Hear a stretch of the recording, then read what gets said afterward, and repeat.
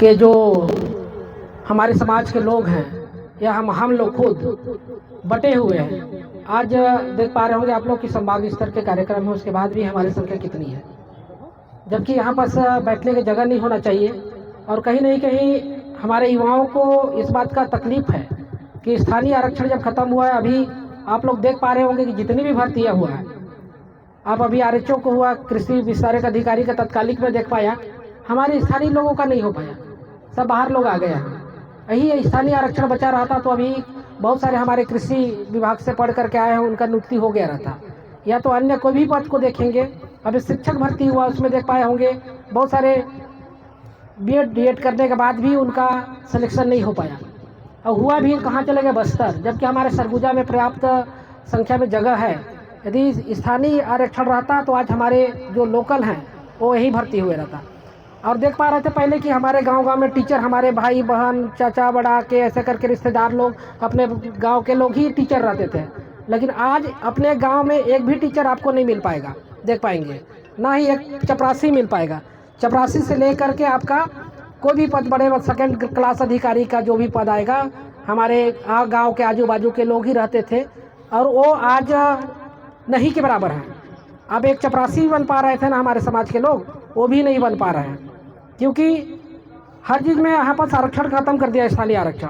और धीरे धीरे के स्थिति आने वाला कि आरक्षण पूरी तरह से खत्म हो जाएगा। जैसे उदाहरण दे रहा हूँ आप लोग को मैं कि जैसे मैं हॉस्पिटल में हूँ, मेडिकल कॉलेज में अभी क्या कर रहा है, ज़्यादा 90% ठेका पर था, कलेक्टर दर और आपका कोई संस्था को दे देता है, कोई एनजीओ को दे देता है, उसे पूरा भर्ती करा रहा है। भर्ती कराने के बाद कोई आरक्षण लागू नहीं होता है उसमें, उसके बाद वहाँ पूरी आरक्षण खत्म हो गया। एक प्रकार का देखेंगे तो आरक्षण खत्म करने का एक ठेका प्रथा सब प्लानिंग करके लाया जा रहा है। आज मैं कल देख रहा था वहाँ का बिलासपुर का स्टाफ नर्स का 50 पद निकाला, 50 में से पूरा वो उसको ठेका प्रथा रख दिया है, उसे 20,000 25,000 रुपये 15,000 रुपये देगा, उसके बाद फिर उसमें क्या करेगा, पूरे आरक्षण खत्म हो गया, उसे पूरे आरक्षण नियम खत्म कर दिया, उसमें आरक्षण लागू नहीं होगा। तो ऐसे करके धीरे धीरे का अनेक प्लानिंग बनाया जा रहा है हमारे बीच में, जो कि आरक्षण को ख़त्म करने के लिए। और कहीं ना कहीं इसका जिम्मेदार हम खुद हैं, क्योंकि हमको अपने आप को आदिवासी कहलाने में तकलीफ़ होता है, आदिवासी संस्कृति को अपनाने में तकलीफ़ होता है हमारे समाज को, हमारे समाज के लोगों को। और जितने भी पढ़े लिखे नेता मंत्री लोग को तो तकलीफ़ होता ही है, और उनको बात को सुन करके आज आम जनता भी उसी को एडाप्ट करने लगा है। तो मेरा निवेदन है कि आप सभी जितना युवा साथी जितने ज़्यादा हो सके जोड़ें, हमारे समाज के युवाओं को जोड़ें जितना ज़्यादा हो सके। यदि आने वाला भविष्य में हमारा कुछ अस्तित्व बचाना है, आरक्षण बचाना है, या तो स्थानीय आरक्षण बचाना है, या तो अपने आप को आदिवासी कहलाना है, तो हमको कुछ न कुछ थोड़ा थोड़ा काम करना पड़ेगा आप सभी को, तभी जा कर के हमारा आरक्षण हो या संस्कृति हो।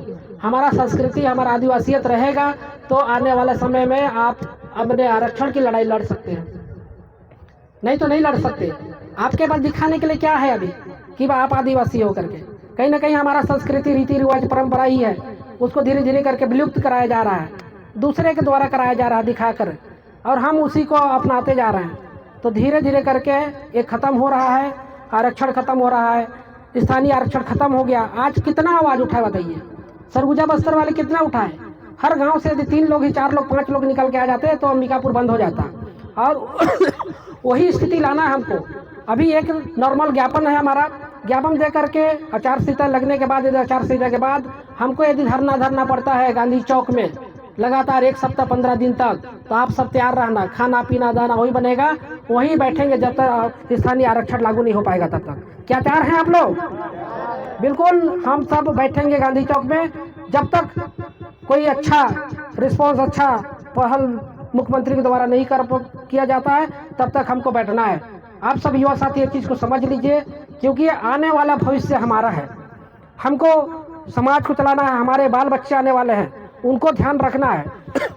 आज कहीं ना कहीं कितना भी पढ़ लिख लेंगे, जितना कंपटीशन बढ़ जा रहा है कि हम थोड़ा सा पीछे ही रहेंगे, इसलिए हम सबको ध्यान देना है इस बात का। यहीं पर मैं अपना बात को समाप्त करता हूँ। धन्यवाद। बालू जी।